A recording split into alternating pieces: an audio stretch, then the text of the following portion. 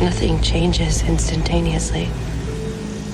In a gradually heating bathtub, you'd be boiled to death before you knew it. Our Father, who art in heaven. Seriously? What the actual fuck? Gilead doesn't care about children.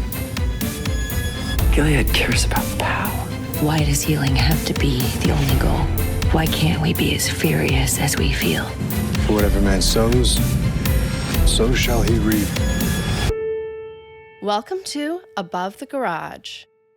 Hi, friends. Today we have an awesome episode of the podcast for you as Eva Vives, director of episodes 5 and 6 of season 5 of The Handmaid's Tale, has come to chat with us. Welcome. Thank you. Hey, hi. It's so nice to be here. Thank you for having me. I'm Kate, Kimberly, and then Violet's our editor. She spends like the most amount of time on our podcast, and we appreciate her. Violet. Hey. It's good. It's your names over here, so I know I recognize the voices, but I don't know your face. My husband took Jack to school, and now Phoebe, the dog, she's kind of pissed because usually I take them both. She's like, what is happening? We're so excited. We loved your episodes so much. And I just want to rave about you for another minute before we get on with the interview, if you don't mind. You also wrote and produced your own movie, The Brilliant All About Nina. And if you've not seen this movie, do yourselves a favor and watch it tonight. It's on Hulu, which is very handy for all of us in America. And it's such a powerful film. Eva was also the first woman writer and director to have attended the Sundance Film Festival with a film and participate in the Screenwriters Lab, as well as the Directors Lab and Skywalker Sound and Music, all in the same year. Translation, she's cool and talented as fuck. Also, I love that episode 505s are your wheelhouse. You directed 505 on both The Affair and Handmaid's Tale. So you were a longtime Handmaid's fan, though? Yes. It had not been, as I think we've talked a little bit about, not an easy show to watch. I mean, yeah. Well, I don't know if it's strange, but it makes sense to me now. But I remember reading the book in, I want to say like 9th grade or 10th grade or something like that. Actually, our English teacher, Melinda Bin, I was in Munich at the time at the international school, and she gave us a lot of really cool books to read. And I read it and I hated it. And in retrospect, I think it was because it really, it was so similar to what I was going through at the time. I mean, it was in the sense that it wasn't like as systematic as The Handmaid's Tale is, but I probably was like, fuck this noise. Like I'm already living it. Don't let the bastards grind you down really stuck with me. And in fact, I have it written down in like several, those things you do as a kid where like you and phrases or whatever. I wrote that down everywhere. So I do think it like seeped in. But anyway, then when the show came out, I was like, I remember having these very uncomfortable feelings toward it, but then I was like, I'm just going to watch it. And obviously I was already such a fan of Elizabeth Moss anyway from Mad Men. Mad Men, yeah. So yeah, I watched it and I was like, okay, this is really fucking good. And I watched the whole first season. And then the other ones, I took a little bit more time. Yeah, I think the only one I hadn't watched in real time was season 4. But then when I knew I was going to work on it, I just saw it, the whole thing again from beginning to end, which was also, it was a lot, but it actually really helps you, or me anyway, like it really like put me in that, because then you're looking at it from a filmmaking point of view as well as just a viewer, a fan, right? It was a great way, I think, of immersing myself in it. And then, by the time we got there, I was like, oh, right, this is what we're doing. Yeah. Like, yeah. That's awesome. Yeah. That's kind of when we did our rewatch over the last year, I think we felt the same way. It was just so interesting to watch it in the way we did. I feel like we were just trying to kill time before season 5 came out, but it ended up, I learned so much from it. And yeah. So you were all fans on your own? Yeah, we were all just chatting on like Reddit. And then come November last year, I suggested we do this and it's been great. But the rewatch, I learned so much. I'd forgotten so much. So many things you never noticed the first time around. There's so many details in the show that are mind-blowing. And the season 4 finale was one of my favorite episodes of television ever. Jumping on the bed. So satisfying. Actually, it's funny. I didn't really see it coming. I mean, I was really involved in, that all of those episodes leading up to the finale where you're like, what are they going to do with him? Is he going to make it? Is he going to leave? Is she going to leave? Like all of it. Because I could kind of see all of it. I'm like, oh my God, if these two get away, I'm so mad. But it also would have been really realistic that they would. Yes, that's the worst part, right? Right. One of the things that the show does so well is that it does you're like, oh, I would hate for this to happen. And yet it happens in real life all the time, right? So I didn't see it coming that they were, I mean, once you know they do the switch on the bridge and stuff, you're like, okay, it was so satisfying and well done, and just I think a beautiful piece of filmmaking, which is what The Handmaid feels like. Like every episode is like a movie. Yeah. Right. Those 2 episodes are pretty much like the last 2 episodes of season 4 are like the reason why we all are friends, kind of, because that really pushed us all to like seek other people to talk about the show with. And yeah, pretty tremendous. Yeah. But it's interesting that in terms of Me Too and sexual violence and all, there's obviously so much more coming out now, but you don't see a ton of this kind of revenge that feels so earned, and so also, again, unapologetic. To me, the tone was just like, yeah, this guy has to go, like, end of story. Right. So you had like the really unique opportunity to work with most of the cast in your 2 episodes. How much do you have to adapt your directing style by actor? I'm just curious if it's totally different. Yeah, such a great question. I know I was, I feel like there was one actor I didn't get, but maybe I did think, because I was like, I got a tiny little scene with Maddie, which was, I love her character so much. And amazing. It's just, that's the hard part about that the Handmaids is you're like, everybody's so good, but I did get really lucky. I was like, holy crap, I get like quite a lot with most of them. And then she was really the only one that, Janine, that I only got wasn't as much the one scene with, but obviously for obvious reasons. But yeah, it's a funny thing because you kind of touched on what episodic directing or guest directing is like, in the sense that you don't know how any of these people are as actors. And so a lot of it is about being very adaptable to what they need. I mean, I don't get to see other directors work, Right. So it's really hard to know, not just how I'm comparing, but like, what are other people doing? That's why sometimes once in a while, like I remember in The Affair, because we got rained out and we ended up having to share some locations at the end of it. And for example, I saw Alison Anders work a little bit, which was amazing. So like once in a while you get to be, and actually Lizzie was incredibly generous. I think I mentioned that also because of scheduling reasons, because of the trucker situation in Toronto, they weren't able to get to their locations during that time. So there was a few days that they never got to shoot, so that they ended up shooting them during my prep, which meant that Nick Daly, the DP, is usually prepping with me, but obviously she had to go and shoot these things. So Lizzie so nicely said, if you want to come on set and hang out, you're more than welcome to. And I was like, yeah. Yes, I'll take you up on that. Yeah, it's also not just, obviously I love watching other directors work, and certainly her in here, because it just gives you so much information about how the cast is and how they work. I was actually there for the poison scene, which was great. Nice. Oh wow, yeah. At the one at the small church, where Serena finds out. And yeah. Yeah, I love that. Love that. Yeah. And then a couple of others. I mean, they were that was really helpful in terms of seeing what the vibe was like on set. Although I also realized Brad is an incredibly funny person, right? So he constantly has everybody sort of in stitches. I mean, I think the challenge when he's on set is to, like, how are we not going to show serious laughing? Yeah. So in that scene where all of them are in the church, they were having so much fun. And I was like, okay, this is great, first of all, because you never know from the outside if they could all hate each other. They could be beef that they had from like season 1. I don't know. Right. Or sometimes there's like one person that's a real problem and everybody else is kind of just like enduring it and like doing their best, and this person is problematic, or but you don't really find that out until you get there. So I was like, okay, this is so great. They're all really into, like the bond. Like they would, I forget what song her and Brad were singing in between takes, but they were doing, because it felt like a stage up there, so they're all like dancing. This is so great.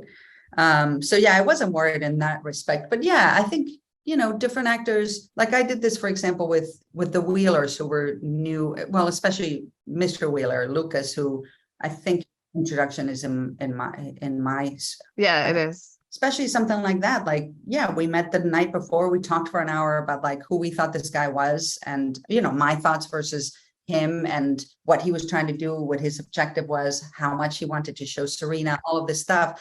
that means that when you get on set the next morning at 8 a.m., you're not making anybody wait. Yeah. You know, obviously with the other the rest of the cast, they've been playing these characters for a long time. They know who they are. It's a different kind of challenge. And I also didn't, it's not like I was coming in and being like, I have a new, you know, idea on how you can do this. It's not that at all. Actually, for me, I kind of wanted to hear more from them. Like, how are you playing these people? What do you think, you know, their objectives are now that we're in like season 5 and things have changed, you know, all of this stuff. So it was a lot about listening to them, and then you kind of get a sense of who they are. And then I would always say, like, is there something you would like me to do or not do? Or, you know, but everybody was so accommodating. Anne can be, I saw her turn from Anne, who is an incredibly warm person, into Lydia. I feel like it happened in 15 seconds, like once she came with the costume and stuff. And I was like, I got chills. I was like, oh my God. Like the transformation, right? It's such a difficult character to play. I think, especially for somebody like her, who is so the opposite. Her polar opposite. Yeah. Instinct is so strong, you know, and for her to like, I guess, yeah, I'm like, there's something she must have to do to embody this other person with all of the, actually, I feel like Lydia again is somebody who just doesn't let anything out, right? Like everything is in there. So that was kind of amazing. I mean, I love actors. I love seeing them do this stuff. So that's what I mean, that I felt like I was dealing a little bit more with Lydia than with Anne when she's acting. Mm-hmm. Zane Nicely we interviewed also, and he was saying that she'd be like Aunt Lydia to extras, sort of, and like scare them. Yeah. But again, not in a mean way, just she was in character in between. Yeah, I think it's just a scary character. Like I saw her in when they were doing that poison scene, she was around the set, and I introduced myself to her. And again, I didn't know, had I known, I would have waited. And I said something like, you know, I mean, I praised her performance, and I said, you know, she really, like, I've had nightmares about Lydia, you know, and she said, I'm sorry to hear that, darling. Such a good invitation. Yeah. Oh no, I just really offended her. Later on, I realized, I was like, that's what I mean. It's like she's in kind of Lydia mode, you know? That's so funny. And another actor that's so different from his part is Stephen playing Warren Putnam, especially this season, because he's really leveled up his creepiness. Stephen was interesting. Yeah, here's another tidbit about, you know, so much of production, you just have to roll with things. But we were supposed to start shooting a week earlier than we did. And there was a small but significant COVID outbreak in the art department, and the production, I think rightly so, just shut things down to reset. Luckily, you know, you have to be vaccinated to work on the show, and everybody was okay. And I actually, sometimes again, these things, it's like the crew got a break. So probably I ended up with, you know, a crew that was much more rested. Right. But we had reserved the location where the Putnam killing happens, which was a great location, right? Like that, it was it looked beautiful, the locations. Yeah, it was at Trout Club, I think. I don't remember, but it was far away. But we could only use it that day because the next day they were opening it up again to the public. And so if we didn't shoot that day, we couldn't shoot there at all. And it was by far the best location we had seen for that. Never mind that we had already like shot listed in the whole thing there. Right.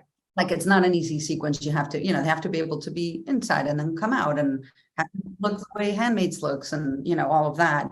But that meant that we had to shoot that sequence on my first day, which is what we ended up doing. And, you know, that is wild though. That's just like diving right in. Yeah, it was actually like, I mean, again, I sort of feel like you roll with things, but that first one I was like, oh, I really wish we weren't starting here, you know? And yes. We tried to figure out some other ways, because initially we were going to start with like the scenes with Stephen and Nick and Lawrence in the office and stuff. But, you know, you're on set and there's a little bit more time, and it's not, you know, this is just so. The thing that I realized was, well, and also in terms of Stephen is that, you know, I did a Zoom with him because I think he was still quarantining from when you go to Toronto. But I was like, I'm sorry, I get, you know, it's like I show up and we shoot you.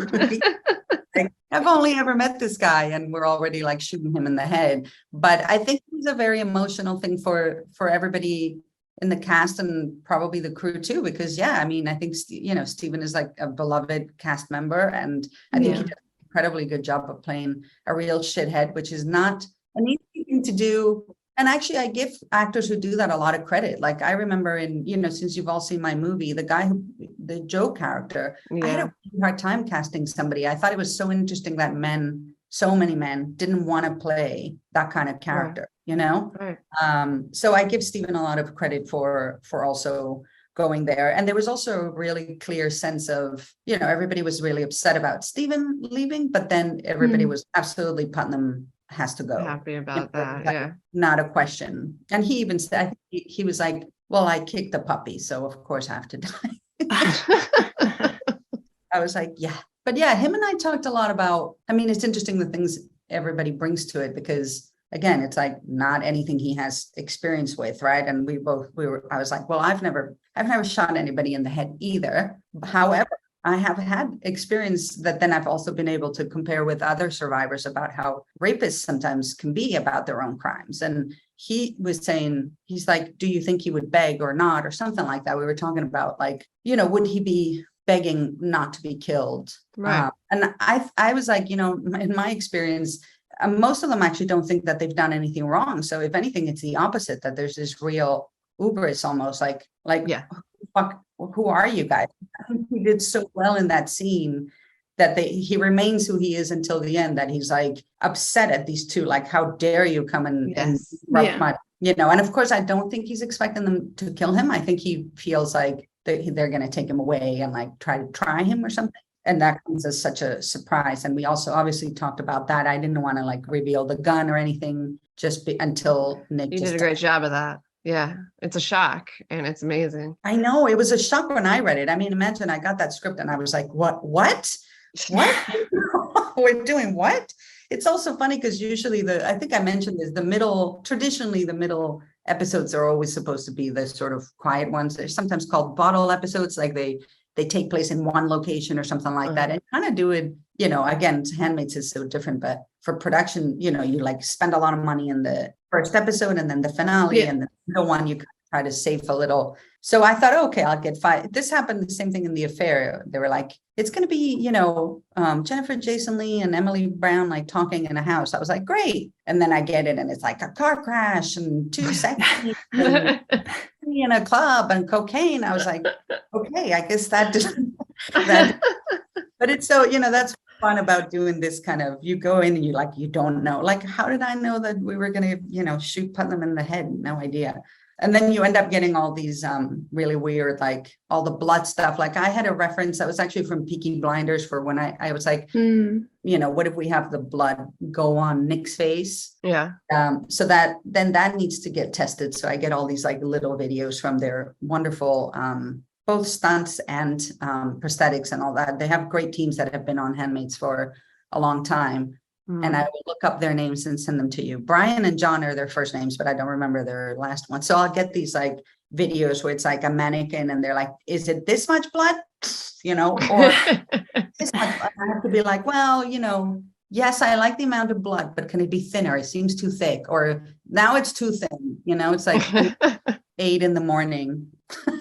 The details are so fascinating. I love it. Well, you had the perfect amount of blood splatter. It was great. Yeah. Did you manage to get that in one take or? We did 2 takes, which is actually still pretty good. I think the first one was probably the best. Max is so great. My only direction to him, I was like, don't try to hide the surprise, because he was like, you're definitely going to get a big reaction. It's hard not to react when you liquid on you, never mind if you're thinking it's blood. And I just was like, don't be afraid, because the conversation both with Max and Brad about that scene was, they're not really, as far as we know, killers, right?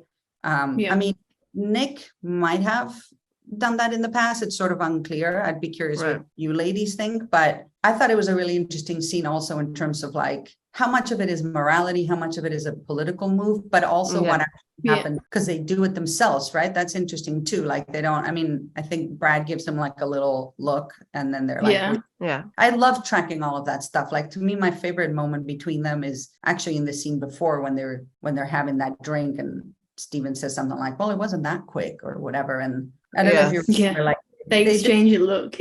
I didn't say cut for a while. And actually both Brad and Max like turned around and, after seeing their faces on the mirror, and then they turned around, and it was just perfect timing because they were both looking at Stephen. And I was like, to me, that's when they make the decision. They're like, this guy's got to go. Of course, it's not said in words, but right. I think we all felt that too, that scene. And we've discussed it perfect. in great length in the group, how political it was versus personal, and just that scene's great. Yeah, I think it's both for them. Although, yes, Lawrence is in a place of, becoming more of a leader. And I think for him, again, it's that other great scene with him and Anne where she says, I'll leave you to it.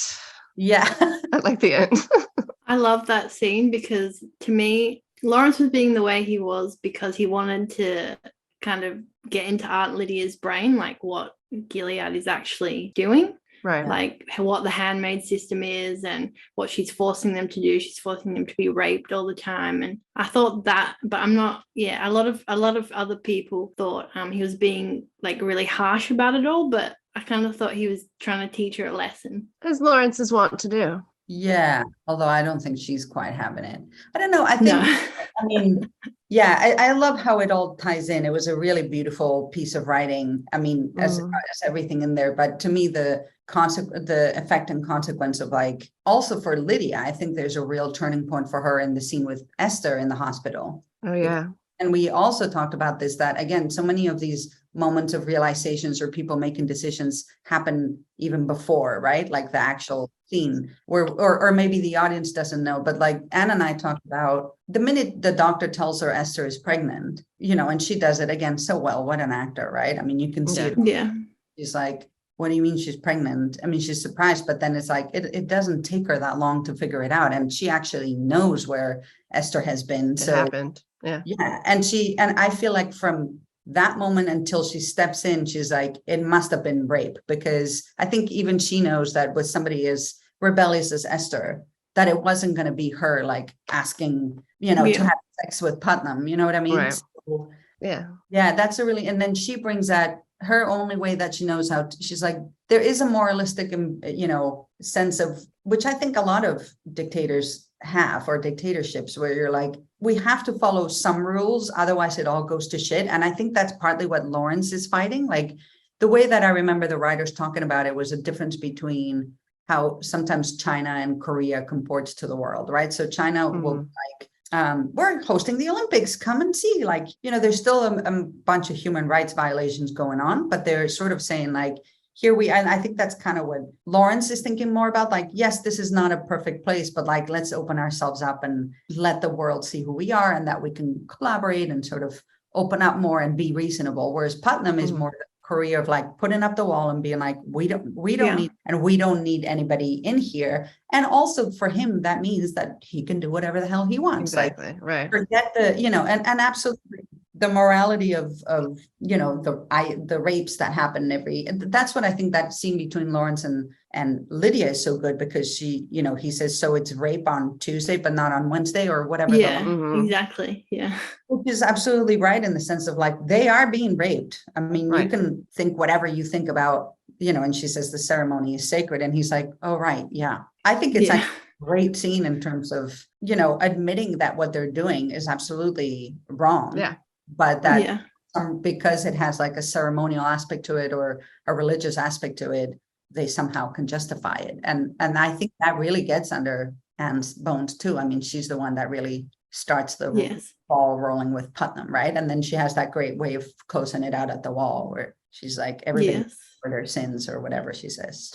And it was relief too for Janine's reaction, because she's been in different roles as far as Putnam goes, so it was a relief to see her say like she wished she'd been there, similar to like Emily last season, and the aunt hangs herself. So I like that feel. I know, I miss Emily too.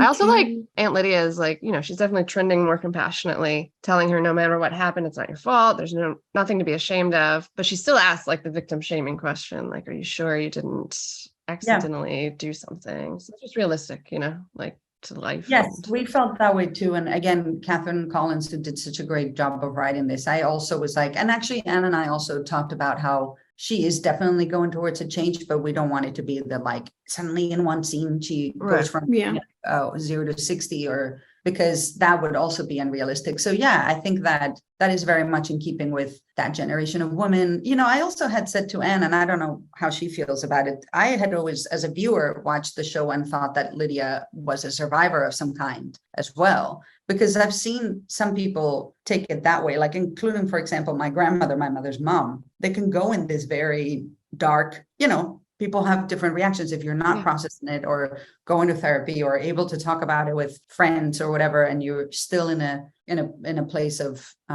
being put upon, which certainly Lydia is, right? Like she didn't choose for this to happen to her. So I don't know. I always thought that that's somewhere in there. And I wondered if often you see that in real life too, when people can, like you'll see it with siblings who are being abused. If their sibling starts being abused, suddenly they'll react to that. Right. You know, you see that so much. Yeah. Yeah, as opposed to like they're not able to stand up for themselves, but they'll do it for their little brother or sister or whatever. And I kind of saw it that way, that suddenly she's like, it all becomes clear that she's like, it's one thing to do this for fertility reasons or whatever, and it's another one to let people like Putnam, you know, and that's why it's so great that I love that Esther is able to say he raped me, and also that she's like, you know, they all do it, and you know they do. I mean, she's just such a truth teller. And I think sometimes when, you know, it's the theme of my movie, the truth will set you free, but I think it's also sometimes undeniable when people tell the truth, you just know they are. And I think Lydia really does in that scene. She's like, she knows that Esther's not lying, you know? Yeah, McKenna Grace was just incredible in that scene as well. It's just, unbelievable. The whole scene, unbelievable.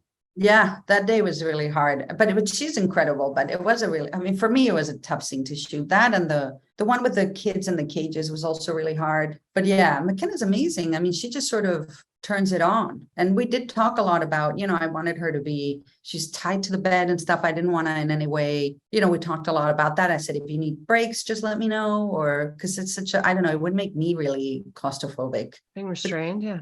Like, I'm fine. And, you know, she's got this, I think she's Southern. She'll be like, yes, ma'am. And I'm like, please don't call me ma'am. And she's like, oh, it's just a Southern thing. I'm like, oh, I know you're doing it. It's just so weird to she's like, hi, and like, yes, ma'am. I'm like, oh no. But no, she's That's really cute. Yeah, she's a sweetheart. And then, yeah, we talked a lot about emotions. She, you know, she said she kept feeling like some anger. And I was like, that's great. I was like, just let it out. And actually, again, beautiful things that can happen in a rehearsal. That Anne's instinct was to go and touch her, to sort of like put down the blanket on her or something, when she's like, you must be tired. And then when she did that, McKenna kind of like tried to get away from her. So I was like, oh, let's like lean into that maybe when she touches you, that's what like makes you turn, and then you can really let go. And we did. And then she just fucking let go. And Anne was also really sweetly concerned for her. She was like, is she going to be okay? Because her voice and everything. And I did say to her, I was like, you know, when we were doing Anne stuff, I was like, you don't have to yell. You can just save your voice. And she just wouldn't. I think there was like something cathartic for her as well. It certainly was for me. I think everybody on the set. I remember one of the producers stopped by and she was like, oh, I see. That's just like, maybe it was like not the right moment to stop it.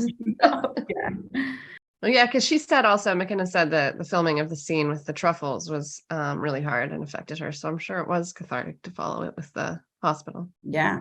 You mentioned the scene with Naomi and Serena looking at the kids through the glass. I just love that shot of Naomi and Serena, and then you see the white like hallway with the kids looking out the window and their hands are on the glass. That shot really stuck with me. Yeah, no, I know. Sorry, but also good, I think. Yeah, it's good. Yeah, I mean, it's a show that really supports shooting cinematically, and it's not true for every television show. And Nick and I would go to the set and like think about it. And that was a bit of a complicated thing because they're coming in through the halls. You want to show that they're looking at something, but you can't reveal what that is until they actually look into the room. And then there's the whole business with the baby, right? Where the aunt has the baby. There's a bunch of other conversation. And then, you know, I was like, well, how do we finish it? And yeah, I realized if we just went further out, we could actually use the other windows, which they had passed, and we didn't know who was in there. But I was like, it's come to the, and again, you know, we always try to, I think the show is so, again, sadly relevant to many things, but to us, it really was echoing the, the immigrant kids. Kids in the cages at the cages, border, yeah. So, and I think it can be really powerful to show those things visually as a reminder of that was, I think that I mentioned like Ever and Yvonne and I were all like crying that day, because I think it's really, I mean, the cage thing is something that I think I don't know any mother that hasn't been upset by that. And I know other people that are also not mothers that are upset by it. It's a fucking horrible thing to know that is happening. And, it's horrifying. Yeah. Yeah. You said that picture of the shoes that you posted, that was from them trying to decompress, Naomi and Yvonne laughing in that picture. Yeah, I think from what I gathered, and this makes sense. Like I said, when I saw them laughing that first day that when I was there, I was like, oh, this makes a lot of sense for a show this dark, that they keep it light in between stuff, because otherwise you probably like sink. And I don't know, Lizzie is somebody who like, I still don't know how she is able to do everything that she does as well as she does and seemingly be totally okay. Like I know she was tired, she must have been, but she doesn't show it or talk about it. So she's on a whole other class of, what I mean is that like, she can really be like having a conversation and stuff. And then you like turn on the camera and she's like stuck in a cage and all of her great acting. I'm like, I don't know how she does it, but yeah, I think the show keeps it all pretty light, which I really love as well. In a set, I always think that sometimes directors like make things a little, I don't know, take themselves too seriously. I think I take the work seriously. Like I want to talk to an actor and hear their point of view and make sure they're getting what they need from me.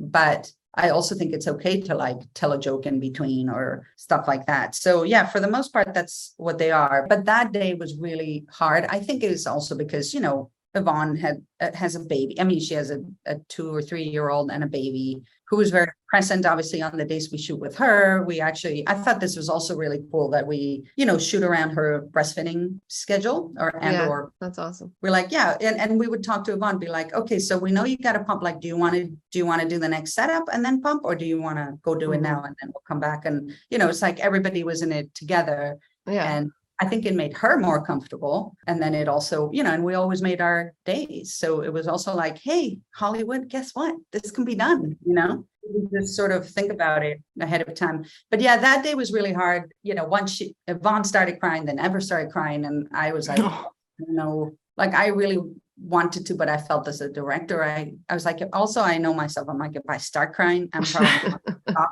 And then that's going to be a whole thing. So at some point, Yvonne just started telling, I won't out her, but it was a really funny story, which you should ask her about. That still has me laughing all this. It's like a very story. And then she was like, we need to start telling stories basically so that we can get out of this thing. And that's fun, like laughing and having so much fun. And then I saw their shoes and I was like, man, that seems like such a Gilead. It was a cool shot. I love it. Yeah. But it also feels like if you don't know the show, it could belong to like Vogue or something. Yeah, absolutely. I imagine Bradley's presence makes it easier in between takes in those scenes to relax and just amazing. Does he improv much in his actual like scripted lines, or is it pretty scripted? He does here and there. I'm trying to remember. He did a few with me, but it's also mostly like somebody should be writing all of these down because he has such like he always is able to just, make a joke out of quick. Yeah. He calls himself the patient zero of IMDb because he's been around for so long. Like one of the first credits on IMDb is his. Oh, wow. That's amazing. Adventures in Babysitting. Yeah, probably something like that. He's incredibly funny. And as like most funny people, very dark and very sensitive. And I think he's amazing and just sort of one of the, not that he's underrated because I think people know his value, but I just feel like he's somebody that can do anything, Yeah. And he's a very warm personality. So yeah, it was lovely to shoot with him. But yeah, he and I talked a lot about the importance of what was, I think for me also, and I think he agreed, was that I didn't want Lawrence to just come through as somebody who was doing like the big dick thing where he like wanted to win over Steven. I was like, there's, his character is so much more than that. So like, let's make sure that we're showing that this is a long-term goal that is actually about him believing in this new idea of Gilead. Yes, it's political, but it's also about how people are going to continue living their lives, right? He's one of the founders of this, and things changed. We're, I think, 7 years into Gilead in this season. So they know a lot more about what works, what doesn't, and also how other people are reacting. So like in that scene between him and Stephen in his office, that to me was really important, that I was like, he's got to keep going back to this idea of what he wants Gilead to be. It isn't just that it's two guys going at each other and one has to win. It's because he's protecting what his idea of Gilead is. And it means that much to him that he would actually kill Putnam, right? Right. Yeah. And again, you can agree or disagree with him, but I think it's, and then you can support that with the shooting, which I think we did in The Office, of making sure it isn't just, you can give it like that last moment where he kind of like looks down and you're like, okay, this is going to be war now, That's what I love as a director, finding those moments where you're like, how else can we, like this, the scene and the writing does it so well. And then how can we support that visually as well with great You actors. got so many good scenes. I love it. I love your episodes. They're so good. I know the writers on these, I keep saying Jay Holdham for 505 and Catherine Collins. We had a couple panelists that couldn't be here today, Scarlett and Rachel, that had questions about the script, how the script changes in the moment. Like, are there a lot of changes on the day that you're filming to what the characters say, or is it pretty established before you get there? Yeah, not on the day. No, it's established. It's not like there's huge changes coming in towards the writers. It's more like honing in on things. Like this New Gilead was a really big one, or New Bethlehem, I should say. It's like, how much of this can we show, or how much are we advertising versus not, like, lots of questions about where things were going, people's emotional states, all of that stuff. With Bruce, I had, it's called a tone meeting where you Zoom for a nice amount of time, which was really great. It's really the time when I get to hear directly from him. We go scene by scene, and if there's anything, usually showrunners will say like, here's what I want from this scene, or here's what I don't want you to do, or that kind of thing. So that was really precious. But yeah, no, not on the day so much. There were two sequences that were left a little bit more open-ended. The bowling sequence, when they hide in the bowling alley. Yeah. And then the one in the cages as well, when they're captured and are in the cages.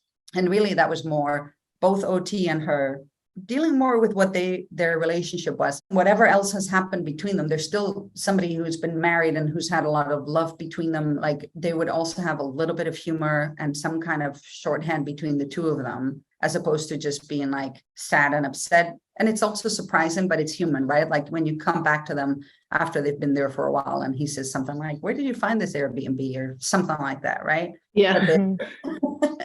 That they're kind of like, okay, they've been there for a fucking day. What else are they going to do? Like, I think humans do that. Again, they know each other so well, and they're both such great actors. And it was always fun to see how, one surprises the other. And then they'll be like, well, if he's going to say that, then I'm going to do this. It was fun. And also unusual. Not the cages so much, but the bowling alley, we all kept saying, we don't get to shoot a lot of really what is essentially a love scene in a way. Yeah. A date. In Gilead, right? In Handmaids, it's like, and I love that. I thought Jay, the writer, did such a good job of that as well, that like sometimes you do find these moments of peace and of love in the most unusual places. So like they've gone into Gilead, they've seen all these horrible things. They don't know if this guard is going to be good or not. Like, there's this idea that like where, we really thought like he opens the door into this place and we're like, they could be captured and any moment. Instead, it's this like weird, surreal moment in a bowling alley with this kid who ends up being so sweet. And then they actually have like 24 hours of actually a really nice moment, right? Like, Luke gets to sing, they're bowling there. And you can kind of see June's, like sort of opening up, like she's so suspicious, and rightly so in the beginning. And then she's like, okay, I actually think we're okay. And they're able to have this beautiful moment that here they've been trying this whole season to connect and to figure out what it means for them to be husband and wife again after everything that's happened. And I feel like in that moment is when they're actually like kind of are able to go back to, a little bit of what they were. Was the singing scripted, or was that an OT thing? Because he's a great singer. No, we did. No, it was scripted down to the song, which I think is such a, again, I'm pretty sure appropriate. Take that. Yeah. And no, we rehearsed that a bunch. He rehearsed it on his own as well. But actually, I think that, as he said, one of the hardest things is to like not sing too well. It's like because we were all like, he can't just, he's actually quite a good singer. So it's like, that's weird if suddenly we're like, oh shit, look at this. Luke is like, had a career at this. So I think there's that as well and then there was a lot of conversations about like, would we play some of the song underneath or not? It's actually a really difficult song because the beat is what's driving it. So the song itself is almost like the a cappella version is like, good luck singing it, which is what he does. Yeah.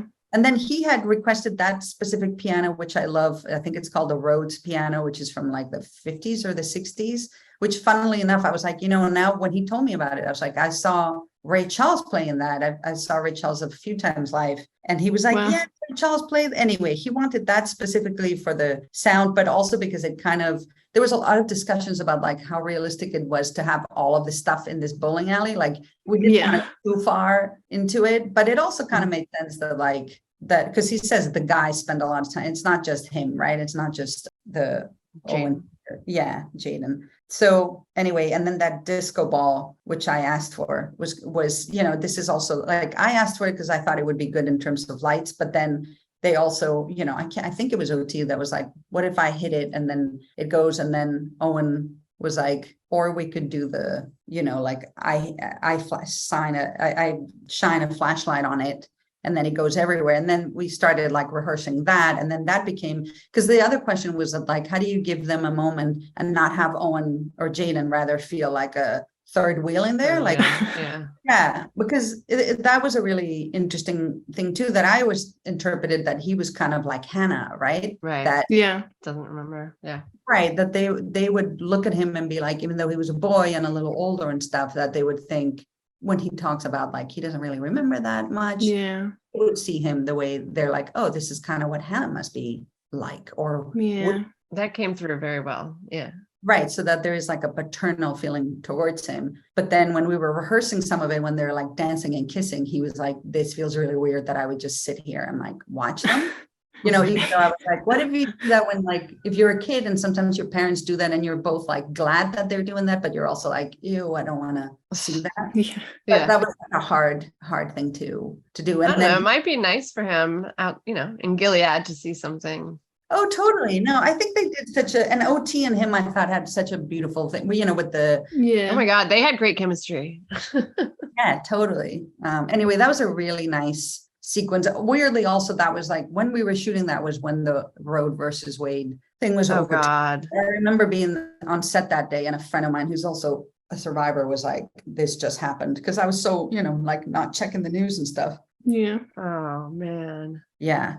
I wondered how that would be on set, honestly. Like it's already heavy enough, and then reality has to fucking make it worse. Yeah, I mean, definitely. Like I remember Nick and Lizzie and I having like a big conversation about it that day. But it's also like, what are you gonna do? I mean, to me, in that way, it felt like, again, this is why it's so good to make shows like this, because at least you're speaking to the issues. Right. I mean, I feel so frustrated in those situations, because even if I went to, to the like protests in Toronto, there was many. I mean, thank goodness, at least in the city where like, I felt supported in that way. Although I think I wrote about this on Instagram. I also one day ran into, we had just shot our little protest scene where they're going to May Day, and they run into those guys. And the day out, so you're like up until 2 a.m., like haven't gotten enough sleep. But I went for a walk on Queen Street in Toronto, and there was this group of guys just walking on the street with flags and stuff. And the thing they chanted that I had never heard, that like, actually, I was like, okay, I don't often get very scared, but that was like really creeped me out, was they said, your body, my choice. The fuck? Ew. Oh my God. I know. You're kidding me. So like, talk about good writing. I was like, it's so like, it implies so many things. And so like, it's about rape, it's about abortion, it's about all kinds of choices. And I was like, God, we're really in it, and also was mirroring the show in terms of like, I was like, this is Canada. I thought this shit didn't happen here. Right. Of course it does, which is what so much of the theme of this season is about. On a more happier note, I guess, I know you said to us that you got to cast the roles of Jaden and Mr. Wheeler, and I think it was the gynecologist you said as well. Yeah. How did that process come about, and was that enjoyable for you to pick who you wanted on screen? Yes, no, it is incredibly. I mean, anytime, again, I love working with actors, and it's, of course, in a show like this, always so interesting too, if you get any new characters because, you know, you want to make sure that everybody's as good as the cast that's already there, but also, you know, like, but, and of course I have to say, and I will, you know, I will always give Bruce so much credit for so many things, but I also think he is particularly good with actors, as you can tell from the show. I mean, you know, not only is there not one bad choice, but I actually think he's very good at picking unusual choices, which I really respect, because I think sometimes it's very easy to be like, oh yeah, like the thing you expect the most, or, you know, you're like, well, Wheeler is a bad guy, so like, let's pick a guy that's, you know, that kind of fits that MO, but he always thinks sort of sideways. And I really like that about him. So just to say, it's not, when I mean I got to cast this stuff, like I was in the process, but of course, like Bruce always has a say, as does Lizzie. Yeah. Owen Painter, who plays Jaden, was hands down, like the way we did it is I would watch all the video. All the auditions. I think Lizzie did too. I think so. And then we would each pick like our 3 top picks and then send those to Bruce. And I think he would just watch from those and agree. But with those, I just was like, I really only like this guy and he's amazing. And I think we should cast him. And Lizzie was like, yeah. And Bruce was like, done. So like, he was so is so perfect. He was amazing. We all love him. Yeah, he's great. Yeah. He was perfect. I think I mentioned also his first TV role, which I'm kind of amazed by. Wow. Right. Yeah. Yeah, because I thought he was really good. His instincts are great, very giving, like he'll try different things and just a sweetheart. And I think we all had such a great time with him. And of course, it's like that heartbreaking thing because, you know, he's going to get. That was so. How could you? I kept thinking, I was like, are they going to bring him back like at some point? Because it's only his leg. Just his foot, right? Yeah, because we didn't see him die. When we watched it today, I realized that we didn't actually see him die properly. Yeah, I know. Like, I know. I was thinking at first that come back dies, but then it's, you know, just his leg. But yeah, and actually what, you know, for a first role, I mean, Owen was like, incredible. The leg thing, the way that we did it is that, you know, so we shot at night in the woods, and actually the way that the place that we picked, because we had to pick a specific place that we could hang the stunt guy from the trees. You have to have enough space to like pull him, not have him hit the trees, right? So you're also getting a location that's like dependent on what you need to do a stunt safely. So we had the stunt and then we had the explosion, both things, you know, at the same time. And so you switch Owen for the stunt guy, who in his case, you know, we did it twice. Usually they wear padding, but he didn't want to wear padding because he said if he couldn't feel his body as well twisting, which actually meant that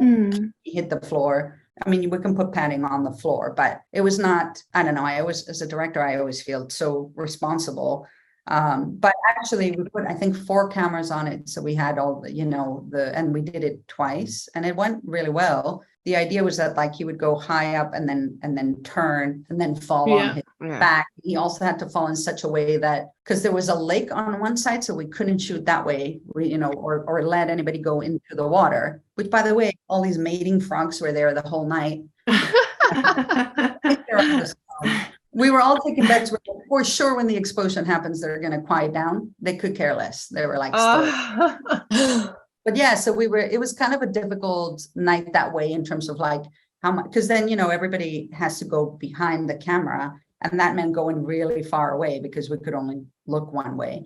But anyway, the explosion went well. And then after we did that, what we did is we buried his leg from the knee down, basically, and then put that prosthetic on that looks like it's all blown up. Yeah, but that's so cool. So that's what Bruce meant by it's not VFX. It's like we actually, up the whole thing and did it for real. Yeah. And Owen was great because it's not an easy thing to do. And we also had not a lot of time because once he gets in there, not only is it kind of cold in the ground, but his foot was actually falling asleep. So it's like, you know, we had to go fairly quickly or like unbury it, take it out, let him walk around again, you know, that kind of thing.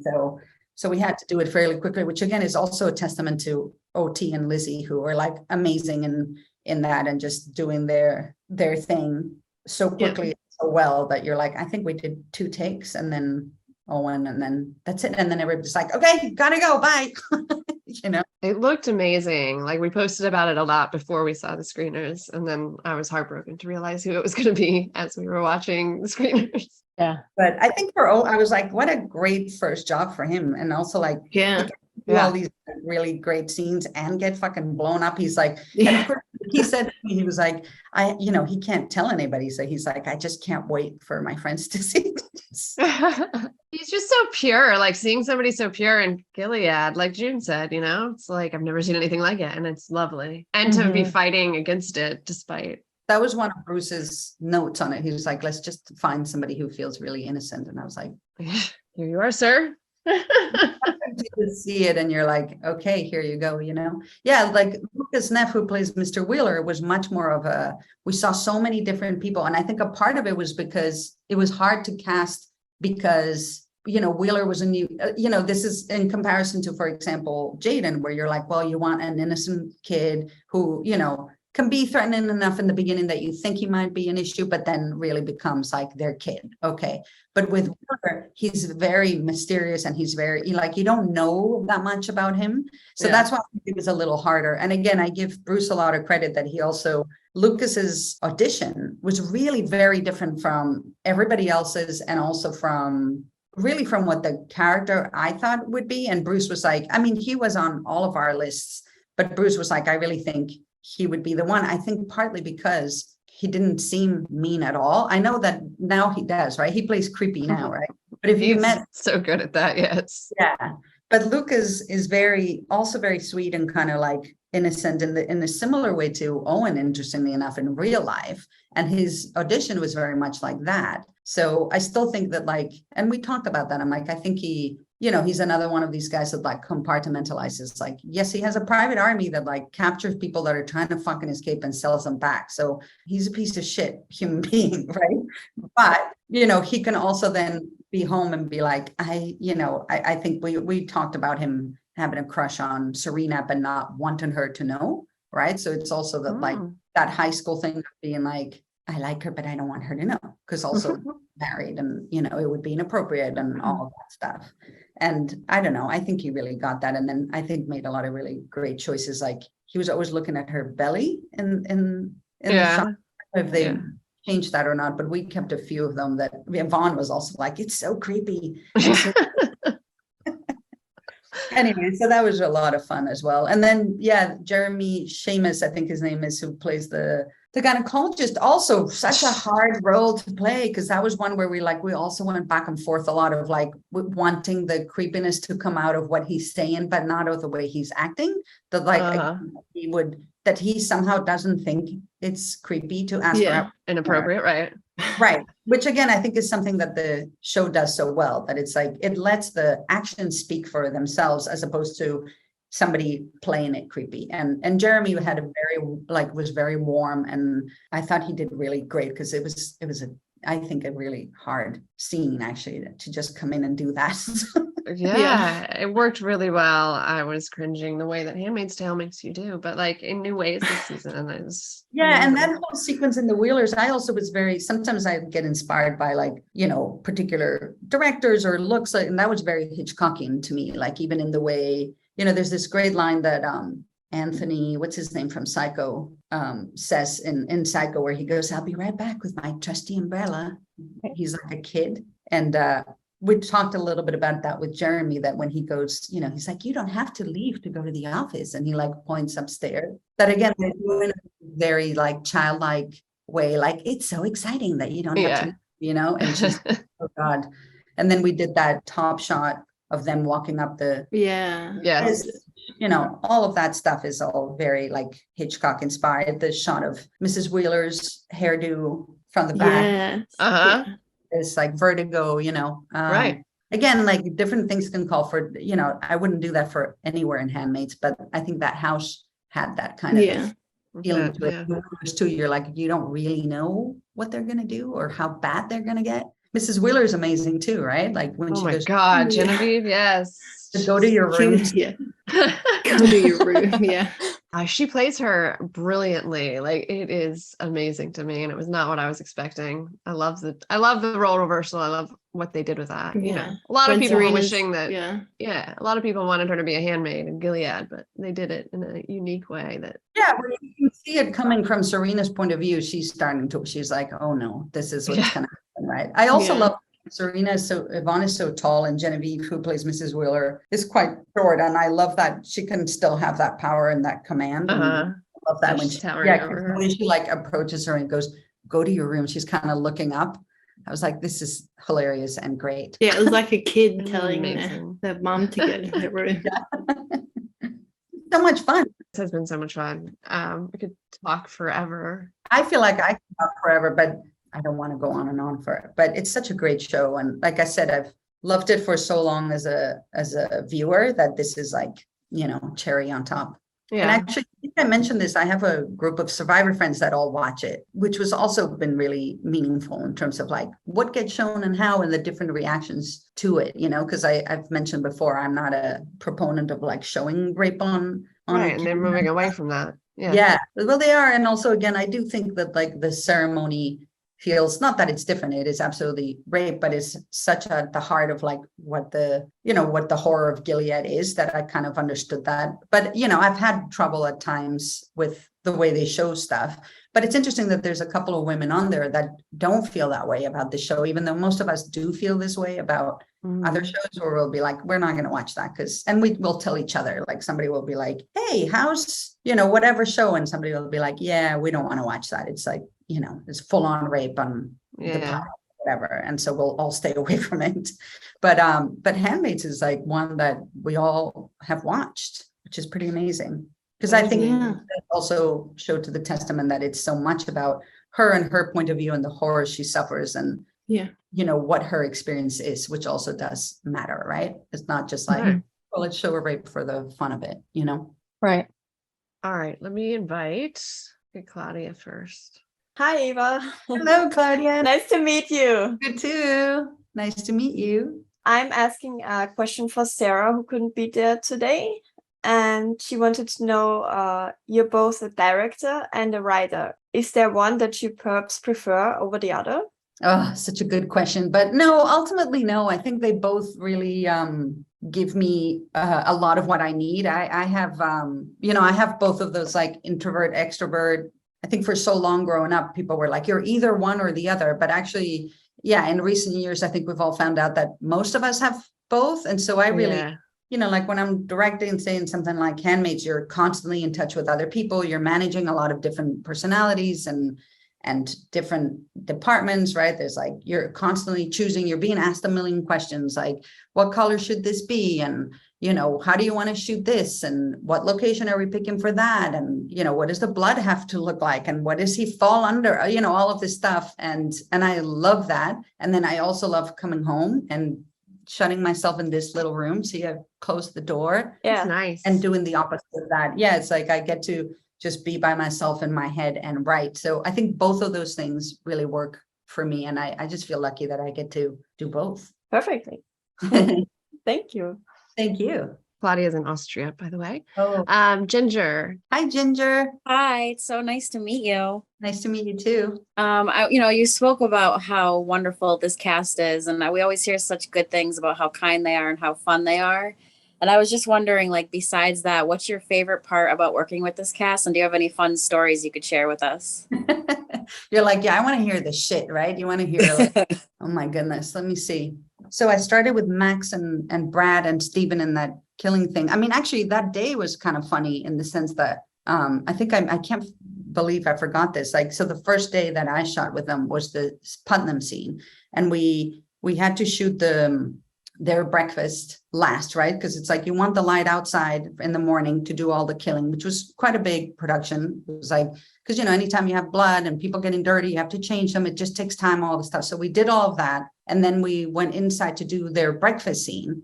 And the way, we had shot partly that location for a shot that you never got to see, because it was actually from the opposite side of where Naomi and Steven are sitting, because behind them was this like huge lake and an amazing view that was also very Handmaids. And by the time we went in, there was a huge fucking snowstorm that hit like out of nowhere. It was like a cool morning that was actually quite nice. It was like perfect lighting. Everybody was like, this is not bad being out here. And suddenly it was like, it went 20 degrees, it dropped. And this is why I was saying, and when Ever said, I'm never going to forget that name, that day, was because the two of them are having breakfast. We like, first of all, we tried different things. And then we're like, yeah, you can see that there's a snowstorm out the window. So we had to turn around and shoot towards the inside, which is not a cinematic, that will always hurt me as a director. But like, sometimes you got to roll with stuff, and it saved the day. So it was fine. But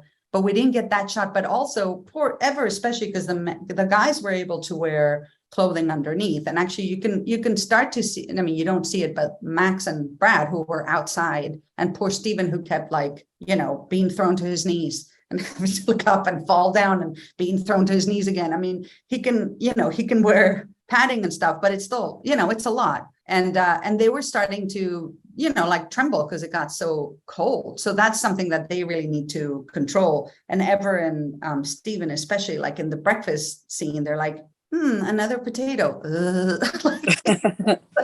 I give them so much credit for being so wonderful. And it's hard not to feel like you're the bad guy when you're asking for another take in a situation like that. But it's also like, you have to do what you have to do and make sure that you're getting it, because otherwise then the whole thing is for naught. But that day was hard. And I also was like, that was my first day. And I was like, is this what are we going to deal with, like sudden snowstorms? And because the crew was like, actually, that's fairly normal for Canada. Like that happens once in a while where like the weather just changes. I was like, okay, well, let's hope it doesn't happen a lot, because it was really rough. And like we left the place and it looked like The Shining over there, Oh my goodness. That's funny. Yeah. That was a pretty good one, because they were all so nice to me too. They were like, don't worry, you're doing great. I was like, thanks. Now we have Raquel, who lives in the UK, but is from Spain, right? Hola. Entonces nos saludamos en español. Podemos, sí. ¿Qué tal? Bien. Bien. Muchas gracias por acceder a esta entrevista. My question is a little bit more personal, so please ignore if you feel it's a bit too invasive, but just wondering, how does it feel to join a show that's very specifically talking about sexual violence against women, being a survivor yourself, and being involved in shooting and directing a scene where the perpetrator gets the justice he deserves, like the scene with Putnam being Gil? Yeah, such a great question. Thank you for being sensitive about it as well. Yeah, I mean, I will admit that I think in the back of my mind, I didn't quite realize until I got the scripts how worried I was that there was going to be like a rape scene that I had to direct, because like I said, that's really the one thing, and you've probably seen that in my movie. I don't have, obviously, I think it's important to talk about all of these things, but I think it's just re-traumatizing and so many other things. And I think there are better ways of dealing with how trauma affects people than showing rape again. Again, I know that, the ceremony and what they've done in Handmaid's once. And by the way, I also know that there's some survivors that don't feel that way. And obviously that's their prerogative. And I will always, support a survivor. So everybody has their own thing to it. But I was really worried. I was like, oh God, I hope I don't have to deal with this, because I knew it was going to be problematic. And then not only did I not have to, but then I got this, for me, honestly, it felt like a godsend. I know it sounds weird, but my abuser was my father, and I took him to court in Spain, actually. And I was told very clearly that he probably was never going to be found guilty, because these crimes are very difficult to prove. And it was one of the reasons I wanted to do it, to sort of help set precedent. But, he took his own life before we got to trial. So I never really got to do that. Although, again, it was like a different kind of justice, I suppose, that was served. It was another reason why watching June's testimony at the end of season 4 was so powerful. Because for me, it was very much about having like a legal way of expressing and being able to say what had happened, even if nothing ended up happening to him. It felt very powerful to do that. So, I say that because I think it's one of the things that film and movies can do so powerfully, is that like, I actually got to orchestrate like the killing of a rapist in very minute detail. And actually weirdly also got to work on it with a man who's so gentle and so sweet, the actor, Stephen, who, was so just wonderful about listening to what I had to say. And I know it sounds so weird, but like we had a great experience doing it. But that is so therapeutic and so cathartic. And it was kind of crazy to start it on like that on the first day, but it also really set the tone. I was like, okay, this is this show. And actually we all kept joking that it was nice that like, because we killed Stephen on day 1, the other days that he showed up, everybody was like, hey. But yeah, it was great. and then the other scene, I kept saying it was hard to shoot the scene with McKenna because actually to me that was, again, on a very personal note, it did very, I was even younger than she is on the show when that happened to me, and it did very much feel like it wasn't just me, but any other person that's been through that sort of, I think even the image of her being tied and not able to defend herself was very symbolic in terms of what happens when you're in that situation. And so it was hard, but it was also really cathartic. And again, you're surrounded by people who deeply care. Anne was wonderful and so caring in that scene, both for her and for me. And McKenna, I think, I had conversations with her that I think were appropriate age-wise without getting into too much detail. And I think she totally got it. I was like, let the rage out. And I think she really did. It's one of my favorite scenes, although I know it's hard to, I find it hard to watch. I don't know how you ladies feel about it, but. Absolutely. Yes. Well, thank you. Thank you for being so honest. Thank you. Thanks for asking. Sorry, I know it sometimes brings it down, but I'm glad that we're talking about it. Needs to be talked about. And now I feel sorry for whoever's coming next. This is Helen. She's from Germany. Hi, Helen. How do you follow that up? Hi, Eva. Thank you for taking the time to talk to us. Thank you. I have a question that is totally from a different realm. So since you're European, I imagine you haven't dealt much with guns. So I was wondering how you feel about the use of guns in the storyline of the show, and how comfortable were you shooting scenes that involve handguns and shooting? Such a great question. And again, also so much of this stuff just happened in day one because Max, had to shoot Stephen. Where are you from? Germany. Oh, okay, cool. I lived in Germany for a few years. You mentioned Munich, yes. Yeah, I was, it was actually, I've somehow managed to avoid guns this whole time, which I could probably also goes to show, like, I don't think it's something I would do in anything I wrote. I know they're a reality in a lot of people's lives, and obviously in Gilead, it kind of made more sense in terms of, again, the dictatorial aspect of Gilead, and that, it's a good reminder of how they partly keep people down with violence and with guns, right? So I can kind of wrap my head around it more if it's like that, as opposed to just a sort of, some of those movies that are like, shoot them up and people have guns and it's fun and it's sort of glorifying. It was, not long after the Rust incident. I have to say I am not an expert in guns. So even though these things are explained to me, I also kept thinking, right, but everybody knows this, and yet still that happened, right? So like, there is human error to contend with in these situations. And, I take safety very seriously. Most directors do. I do really think it's part of my job when I show up on set that, you rehearse and you go through things like somebody getting blown up or their leg being cut off or whatever. One of the ways you make sure that everybody's safe is by going over it over and over and over again. And it's the same thing with guns. There are different kinds of guns you can use in a movie, and some of them are blocked off, so you can't actually even insert a bullet in them. Can we use one of those? Which then, I said to Nick, let's figure out a way of shooting this so that we can, which basically means if it's from the side, you can actually add a VFX that's just the fire coming out, as opposed to, that way there was no possibility whatsoever that anybody would have by mistake put in a bullet and that Stephen or anybody else was in danger. So to me, that felt like a really great compromise in terms of how to actually do it. And again, sometimes those can end up being almost fun. You're like, how are we going to shoot this so that you don't see the front of the gun? Or, there's a gift in the trigger where like, and again, I'm like, at that point, if anybody's watching his finger and like how far the trigger goes back, then we have other problems, right? Like I haven't done a job as a director, but yeah, so we basically shot it in a way that we could use that gun, and that was the only one we did. And that way, again, my job is to always have actors feel comfortable, and I also felt really comfortable that way. So that's the way we did that. And I don't think we dealt with guns. I mean, Owen, Jaden had a gun on him. Like there's some Gilead stuff of people having guns, but that was the only way we shot. Thank you so much for taking the time. Yeah, thank you. Great questions. This was amazing. My only other note, I just wanted to say the prayer at the end of that episode is like my favorite part of the season. It's phenomenal. It's just such a beautiful scene. I know. I love that. And that was actually, you know, what's funny. Speaking of weather, it was like the only fucking really hot day we had was the day when they have to be in the sun like all day. Because when we decided on the clothes, it was still pretty cold out there.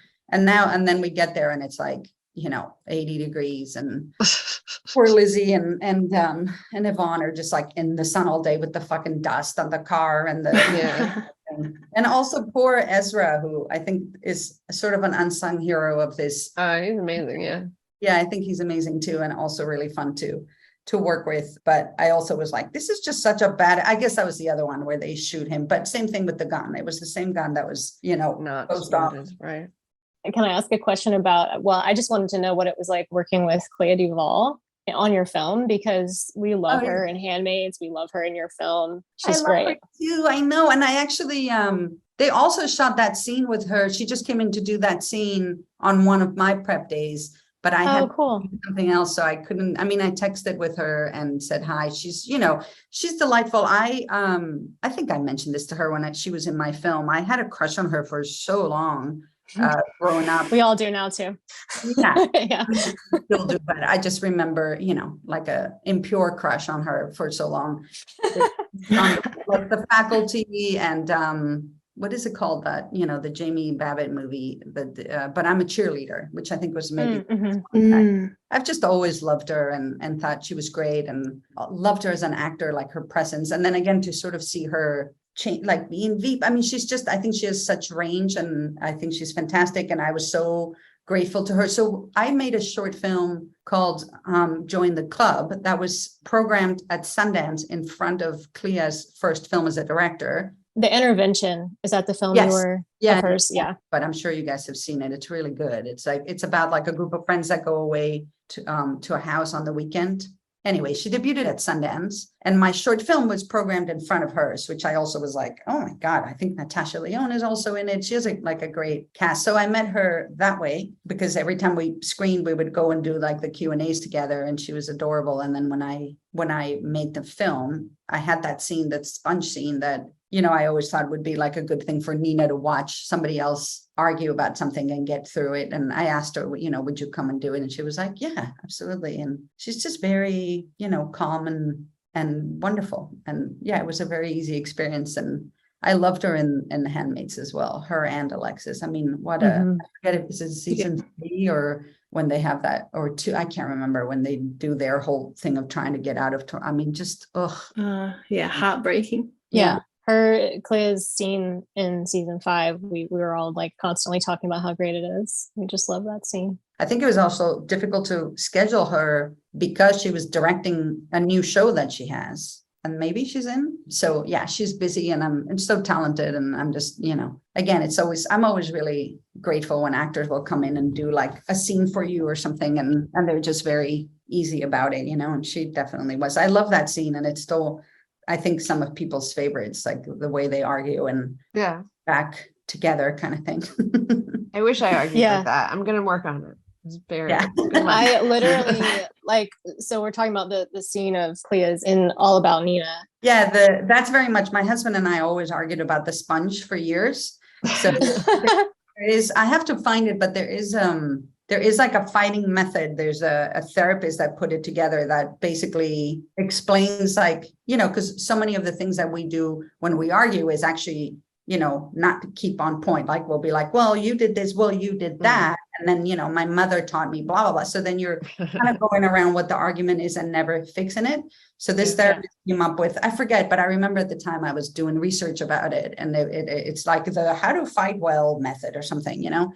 So I was like, oh, I'm going to try to write a scene following this, but it's going to be about something really ridiculous. Like, and then I was like, you know, my husband and I have always fucking years fought about this stupid punch thing.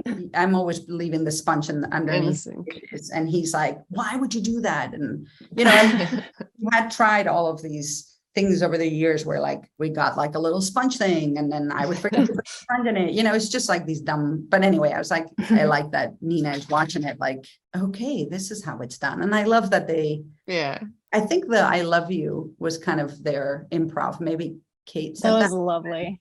Yeah. And Nina's like, holy shit, they didn't break up with each other. Okay. The fact that it's about something so mundane is actually, to me, it makes it so great, because it's like they're taking it so seriously, even though it's about something kind of, small technically, and really the respect between them and everything is amazing. I feel like they should show your scene from that movie in therapy to teach people how to fight. Seriously. Well, that's come from but I know, I love the way they give each other, like, she's like, oh, you want to do this? Yes. And they like stand in front of each other and look at one another. They're like, okay, doing it. There's also another, I mean, this is a little different, but I've always felt like, I think gay people in many ways are like higher beings. They're like more advanced than most straight people. And there was another study that said that like the most adjusted children are the ones that have two moms, which makes a lot of sense. Yeah, it does. So I'm always I can see that. Yeah. Yvonne, like, she's incredible anyway, but I can't believe she hasn't won the Emmy yet. I know. Yeah. I agree. I don't know. I think she's amazing, and she's a delight to work with. She knows everything inside out. And she also, the first time we sat down to talk about something, it did kind of scare me, because she brought out the script and she had these like just a million notes all over, which I have since, I feel like she posted one of them online or something, because actually then her notes were completely, she was like, what about this? And what about, we like had a totally great conversation. But at first I was like, oh my God, like every line in this, she's going to have something to say about, but I actually think it's the way she learns her lines or something. But somehow she, and then like we spent a lot of time at the Wheeler house, and she would like put out her pages, and it all just looked like a different planet or something with like, but now I'm like, okay, this is just your process. And she's like, oh yeah. Anyway, she's so interesting. Yeah. I've been watching her interviews, and it's like she's half American now. I don't know. I know, the accent stuff is crazy on this show, because OT is the only one that keeps his American accent throughout. So I actually never heard him speak with a British accent until on set. Yeah, he kind of keeps it. But Max doesn't, which is, even though I know he's English, every time he would, in between takes, he'd be like, so what'd you think? And I'd be like, it's like a different person. And then Yvonne with Australian accents, which I'm not good at accents. I'm not even going to try, but G'day, mate. Yeah, there you go. You got it down, Kimberly. Good work. An Australian actor who lives here, who one day I ran into him, and he was like, if another fucking American comes up to me and says, good day, mate, I'm going to kill them. It's either that or want another shrimp on the Barbie. Oh, I've never heard that one. That's funny. Or is kangaroos in your backyard? Do you have a koala as a pet? Hey, I've said that to you a number of times. Yeah. One last thing, very last thing. Just shout out to Carrie Lee Cox, because she's amazing. Amazing, right? And yes. I mean, I know I keep saying that all of these scenes were my favorite, but that scene was also, speaking of, I didn't have a ton to do with Max, but that one with the scene with him and Rose, I thought was amazing, and was also really, again, they write these scenes that so much is left unsaid, and it's in the subtext, and in between. I love that they only reveal her pregnancy at the end, and that I think their relationship is fascinating. I mean, when I talked to Carrie about it, I was like, I think that it's kind of amazing that they're honest with one another, and she knows what's going on. She probably knows that he's in June. Like, there's no lies there, and it's such a hard relationship to be in. I know this might sound weird, but some of the inspiration in shooting this scene was also because I said to Max, and I have no idea if he really agreed with this or if it helped at all, because obviously he embodies Nick the way he does anyway, but that there was like a little bit of like a Michael Corleone thing going with him this season, in that like he's not really the guy that's supposed to like take over and become like the thing. I mean, I know, we don't really know where it's going. I know Lawrence is more of the head of state there, but a little bit in that way that like Nick didn't really choose to do this, and yet he kind of is that guy, the way that you remember in the beginning of The Godfather, it's like, it's never supposed to be Michael, right? And yet he's and kills the dude, and then the Godfather. So there was like, and he's always watching. Yeah. And there's that quietness to him, So anyway, that really, to me, this scene was kind of, I just felt like she knew exactly what he had done, and he knew that she wasn't happy about it. And so much of that is just said in their silences, you know. So I Right. really, when we rehearsed it and when I talked about the shooting, I was like, let's just keep them apart. Like, you know, it seems weird. And Max agreed with this, that I think it's scripted. He comes in and sits right next to her. And we were like, he That's not just what- killed somebody. Yeah. He's got blood on him, which, like, you know, he's wiped out, but like we left a little bit here, which we always thought she might have seen. And I love that he like took that long to finally go over there. And then he's so uncomfortable in the couch, like you know, at the end. Anyway, I think he's a magnificent actor, and Carrie too, in such a difficult role. And is such a sweetheart. And yeah, I'm glad that people are getting to see her. Yeah. Again, another, I think Bruce cast her. I mean, she was already cast by the time I came in, but I think he has like such a good eye for actors. Yeah, we love her, and we've been wondering about her for a long time. So it was a relief that she's so likable. Because you knew she was on, but you didn't know as what? Is that, or? No, we knew he was married, but they hid the wife really, really well. Until... Yeah, I feel like a lot of people missed that he was married from last season, right? When he has that meeting with June and then puts on the ring that way. But I remember, I thought that was really well directed as well, and I love that, you know, that he didn't want to show up with the ring and puts it. Yeah.